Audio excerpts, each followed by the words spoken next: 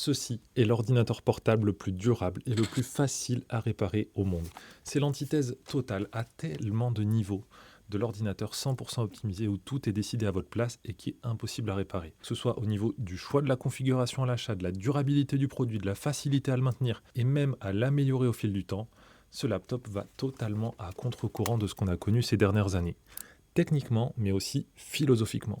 Et j'ai hâte de vous montrer à quel point. Dans cette vidéo non sponsorisée, qui n'est pas un partenariat, et avec un framework laptop que j'ai moi-même acheté, je vais vous présenter le concept, l'expérience d'achat, l'unboxing, analyser tous les éléments du PC, avec l'écran, les performances, la qualité, et enfin, je vous livrerai un avis clair sur la question. À la fin de cette vidéo, vous saurez si ce laptop est fait pour vous ou pas. Alors d'abord, partons de l'idée. Framework a été fondé il y a 6 ans par Niral Patel, un ancien ingénieur de chez Apple puis chez Meta. Son constat est très simple. L'électronique grand public est cassée. En fait, il en a marre qu'on doive acheter une configuration et ensuite, si jamais nos besoins changent plus tard, on puisse pas juste améliorer une pièce. On est obligé d'acheter un nouveau modèle en entier. Il en a marre que le simple fait que les connecteurs évoluent, comme par exemple avec l'avènement de l'USB-C, ça rende tous nos appareils obsolètes, alors que toutes les autres parties de l'appareil conviennent encore très bien. Et surtout, il en a marre qu'avec des machines qui ont autant de composants différents, un seul lâche et c'est tout le produit qui est à jeter. Bref, en fait, ce qu'il déplore, c'est qu'un grain de sable dans la machine et on doit tout changer. On jette le bébé avec l'eau du bain. Résultat, 50 millions de tonnes de déchets électroniques chaque année, ce qui correspond à 6 kilos par personne uniquement à cause d'anciens appareils. Le truc, c'est que faire plus réparable, évolutif, du coup, ça rend les produits plus épais, plus lourds, plus moches, moins solides et plus chers. En tout cas, ça, c'est ce qui est communément admis. Et Framework, tout comme Fairphone sur le secteur du mobile, ils sont là pour prouver que c'est faux. Leur philosophie, c'est que si on fait les bons compromis de conception et qu'on fait confiance aux clients et aux réparateurs en leur donnant accès aux pièces et aux informations nécessaires, alors on peut créer des appareils excellents, élégants et faciles à réparer. Bon, tout ça, c'est une très belle promesse. Alors, est-ce qu'elle est tenue? D'ici la fin de cette vidéo, vous aurez une réponse claire, honnête et sans filtre à cette question. Bonjour et bienvenue, ici Placide. Et aujourd'hui, on parle du Framework Laptop 12. Et l'expérience Framework démarre dès l'achat. Alors, on n'a pas juste un bouton ajouté au panier avec 2-3 configurations toutes faites. Non, ici, on comprend très vite qu'on ne va pas acheter un laptop, on va acheter notre laptop. On va pouvoir acheter notre configuration, très précisément ce dont on a besoin et rien de plus. Dans une sorte de configurateur qui n'est pas juste un configurateur sur mesure, mais une vraie solution évolutive. Et je vous promets que vous imaginez même pas encore ce que je veux dire par là. Alors première chose à choisir, la couleur. On a le choix entre 5 couleurs qui sont simples mais efficaces, avec quelques couleurs qui sont un petit peu plus originales pour certaines. Moi j'ai pris la verte. Au niveau du système, on a un i3 et un i5 qui sont deux options plutôt efficaces. On choisit le i3 pour le rapport qualité-prix ou le i5 si on a besoin d'un peu plus de puissance pour du logiciel. Ensuite on va choisir la mémoire vive, donc 8 Go, 16 Go, 32 Go, 48 Go. Là c'est 68 € les 8 Go et ensuite on multiplie tout simplement par le nombre de gigas qu'on veut. Alors moi quand j'avais commandé c'était 45 €, ça a pas mal augmenté mais c'est dû au marché en ce moment qui est très tendu au niveau de la RAM. Concrètement, je vous conseille 8 Go pour de la bureautique et 16 si vous comptez faire du travail avec des logiciels un petit peu plus lourds. Sachant que peu importe ce que vous choisirez, vous pourrez toujours en rajouter plus tard. Donc dans le doute, partez sur une option plus basse et augmentez si besoin. Mais l'option la plus intéressante, et c'est peut-être la dernière, c'est aucun. Et là, on commence vraiment à entrer dans le vif du sujet de ce qui rend ce produit unique. Habituellement, quand vous achetez un laptop, vous n'avez pas le choix que d'acheter l'entièreté du produit, même ce dont vous n'avez pas besoin. Que vous ayez des barrettes de RAM dans un tiroir ou pas, ça change rien. Quand vous achetez un PC, on vous facture le PC complet avec la RAM. Là, avec Framework, on n'a pas juste le choix de choisir quelle pièce on veut. On a aussi le choix de choisir quelle pièce on ne veut pas. Vous pourrez dire, j'ai déjà telle pièce, donc je la rachète pas, merci de ne pas me la facturer. Et du coup, vous achetez vraiment précisément ce dont vous avez besoin et rien de plus. Ensuite, le stockage. Une option 500 Go, 1 Tera, 2 Tera ou bien tout simplement aucun. Encore une fois, vous pouvez amener votre propre pièce. Ce qui veut dire que si vous trouvez les options sur le site Framework un peu trop chères, vous pouvez tout simplement commander la même pièce moins chère ailleurs et l'y installer. Vous avez besoin d'un SSD 1 Tera, vous payez le prix d'un SSD 1 Tera. C'est tout, point. Et même avec Windows, on ne le remarque pas nécessairement quand on achète un PC sous Windows, mais dans le prix du PC, il y a aussi le prix de la licence. Ici, encore une fois, c'est vous qui choisissez d'acheter ou pas Windows. C'est utile si vous voulez installer un autre système comme Linux par exemple, qui est gratuit, ou si vous avez déjà une licence Windows. Ensuite, on sélectionne le clavier sans aucun surcoût, évidemment, puisque c'est une pièce qui est obligatoire. Moi, je vais prendre évidemment le français. Ensuite, le chargeur. Alors la mode en ce moment, c'est de plus inclure le chargeur dans nos produits pour des raisons écologique. Par contre, le tarif reste le même et si vous voulez le chargeur, c'est à acheter en plus. Là, au moins, vous avez le choix. Encore une fois, le prix est correct sur le site, mais si vous préférez ne pas payer pour un chargeur que vous avez déjà, ou alors préférez vous commander un autre modèle qui vous conviendra mieux avec plusieurs ports de charge par exemple, pour ça, je peux vous conseiller ceux de chez YoGreen, ils sont vraiment top. On arrive maintenant à un sujet sensible, un des éléments qui pose énormément de problèmes avec nos appareils modernes, les connectiques. D'un côté, on a les appareils moqués avec juste 2 ports USB-C et de l'autre côté, des grosses machines avec HDMI, Ethernet, USB-A. Quand on achète un ordi, on est forcément contraint d'accepter le compromis fait par le constructeur. Parfois pas assez de ports et d'autres fois des ports dont on ne se servira jamais. Ici, on a une solution très intéressante. C'est même la pièce maîtresse de la marque. Le principe le plus reconnaissable du framework laptop, ce sont les cartes d'extension. Parce que oui, actuellement, on a un beau laptop, mais sans aucun port de connexion ou de charge.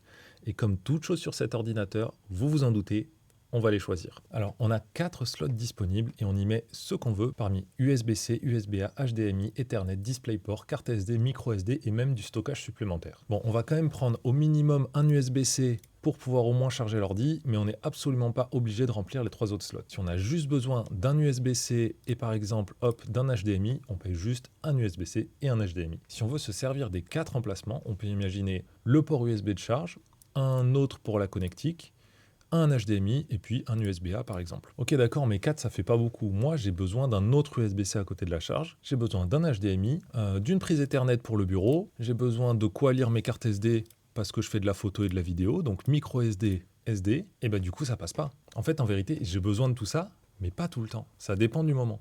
Je veux mon port SD et micro SD pour ma création de contenu, mais mon HDMI, c'est pour regarder un film sur la télé à la maison. Et c'est là que le système est encore une fois non pas un simple configurateur sur mesure, mais une vraie solution évolutive. Parce que les cartes d'extension se changent en un instant. Si vous avez besoin de tous ces éléments et que vous ne pouvez pas choisir l'un plus que l'autre, ou bien que ça dépend de votre besoin sur le moment, et bien tout simplement remplacez-les sur le moment. Configurez votre PC en mode micro SD, SD, USB avant de partir en voyage ou en séance photo, puis en mode Ethernet et HDMI quand vous revenez au bureau. Encore une fois, si on n'est pas sûr, on peut juste acheter le minimum au début et en commander à l'unité plus tard si besoin. Voici donc l'expérience complète d'achat d'un framework laptop qui, comme je vous l'avais promis, a probablement dépassé ce à quoi vous vous imaginiez. Et pour vous faire comprendre à quel point elle est unique et aussi intéressante, laissez-moi vous raconter comment Apple vous fait toujours acheter des produits plus chers. Un truc qui rend fou avec Apple, c'est le prix des upgrades. Ils ont tendance à proposer un prix d'appel hyper intéressant sur un modèle de base type MacBook Air autour de 1000 €, un excellent rapport qualité-prix, super autonomie, excellente performance. Le problème c'est qu'à ce tarif, c'est le modèle 256 de stockage et 8 Go de RAM. C'est assez vite plein, du coup on se dit on va prendre l'option pour avoir 16 Go de RAM et 512 de stockage, et d'un coup on se retrouve avec un MacBook Air à 1600 €. Sauf que 1600 € pour un MacBook Air alors que le Pro est à 1008, ça fait un peu chier. Du coup, dans ce cas, pourquoi pas prendre le Pro qui lui a déjà les 512 de stockage de base? C'est plus rentable. Voici comment, avec ce principe de prix en escalier très bien calculé, Apple vous pousse une marche après l'autre à prendre un modèle supérieur à celui qui vous avait attiré au départ. Et c'est exactement la même chose qu'ils font avec les iPads depuis des années. Ça mériterait une vidéo entière, mais bref, vous avez compris le principe. Là, avec Framework, on solutionne 2 problèmes. D'une, on a des tarifs cohérents pour des mises à niveau. Le vrai prix par tranche de 8 Go de RAM, par exemple. Parce que oui, Apple, 8 Go de RAM en plus, ça ne coûte jamais 250 € en plus. Et 250 de stockage non plus. Là, quand on rajoute 8 Go de RAM, on paye le prix de 8 Go de RAM. Quand on rajoute 1 Tera de stockage, on paye le prix normal d'1 Tera de stockage. Point.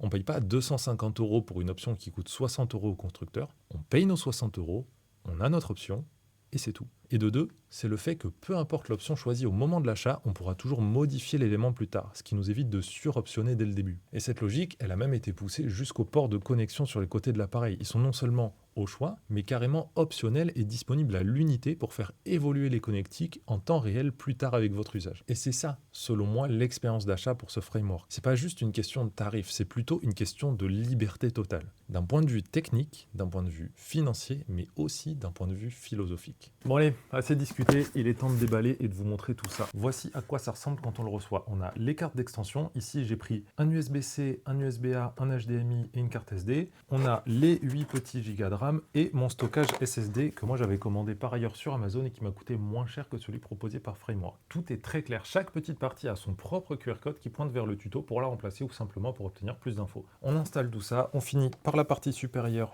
du clavier qui se cale directement magnétiquement et qui se connecte sans câble juste grâce à des pogo pins qui rentrent en contact. Je trouve ça assez intéressant de nous laisser assembler les éléments, non seulement parce que c'est assez satisfaisant et très facile à faire, mais aussi parce que du coup ça nous familiarise avec les éléments modulables. Au lieu de recevoir la version tout assemblée et un jour de découvrir comment trouver et remplacer tel ou tel élément, même si c'est facile, là le fait qu'on nous prenne par la main, on nous montre comment ça s'installe, le jour où on veut changer un élément, comme on l'avait déjà vu ouvert, on sera en confiance. Chose très agréable, toutes les vis se manipulent avec une seule taille de tournevis. Il n'y a que 2 longueurs de vis. Du coup, pas de galère à bien les trier et les identifier. En plus de ça, on en a 3 en rab au cas où on les perd, ce qui est peu probable puisque la plupart des vis sont captives qui permettent de défaire l'élément mais sans enlever complètement la vis. Ça, c'est très cool. Le clavier a un feeling plutôt agréable, la course est assez longue, c'est un feeling un petit peu mou. C'est pas le meilleur clavier du monde, mais ça conviendra, je pense, au plus grand nombre. Le trackpad est correct, venant d'un MacBook Pro, c'est forcément moins bon, mais on a quelque chose dans la moyenne qui répond bien avec tous les gestes en multitouch. Le corps, lui, est tout en plastique, un peu rugueux, ça semble de bonne qualité, même si ça donne pas vraiment l'aspect premium d'un corps métallique. Alors moi, je trouve ça joli, assez esthétique, mais c'est vrai que ça fait pas vraiment ordinateur à 800 €. Les cartes d'extension s'insèrent facilement sur les côtés dans les slots, et tous les ports USB-C supportent la charge, donc on peut les placer où on veut en fonction de où on veut faire sortir le câble. Niveau performance, le framework Laptop 12 est équipé d'un Intel Core i3 ou i5 de 13e génération, basse consommation au choix. Encore une fois, c'est plutôt raisonnable d'utiliser un processeur haut de gamme, mais avec une génération de retard, ça permet de contenir le tarif sans trop compromettre les performances. Tout ce qui est bureautique et logiciel, même 3D, tournera sans aucun problème, mais niveau gaming, on sera limité à des jeux légers, que ce soit avec la version i3 ou i5. D'ailleurs, à l'usage, le choix du i3 ou du i5 ne change pas fondamentalement. Donc pas la peine de dépenser plus pour les i5, ça ne le transformera pas en machine de guerre. Il y a le framework Laptop 13 et 16 pour ça. Si le framework Laptop 12 vous intéresse, c'est de toute façon pour un usage simple. Donc mon conseil, gardez vos sous et prenez la config la moins chère avec le i3. L'écran est un LCD Full HD 60 Hz de ratio 16:10. Il est tactile multitouch et monte à plus de 400 nits de luminosité, plutôt dans la moyenne haute de la catégorie avec une bonne visibilité. La charnière se plie à 360 degrés, ce qui permet un usage en mode tablette, à plat ou en vertical. Avec le clavier qui se désactive automatiquement, sur une taille 12 pouces, c'est un appareil plutôt léger, c'est plutôt pas mal. Niveau colorimétrie, ce sera assez limité. La calibration de base des couleurs est moyenne. Pour une machine de productivité, c'est parfait, mais pour de la création visuelle, ce sera pas idéal. Niveau réparabilité, l'écran se détache et se change en 5 minutes. Ça, pour le coup, c'est vraiment impressionnant. La qualité vidéo de la webcam est vraiment pas dingue. C'est ok pour des visios, pour le travail. De toute façon, on n'utilise pas une webcam pour faire du contenu de toute façon. Par contre, un truc important à noter, c'est qu'on peut activer et désactiver le micro et la caméra avec des petits sliders physiques. C'est un petit bonus bienvenu pour la confidentialité et la sécurité. Niveau batterie et autonomie, le framework Laptop 12 embarque une batterie très facile à remplacer de 50 Wh.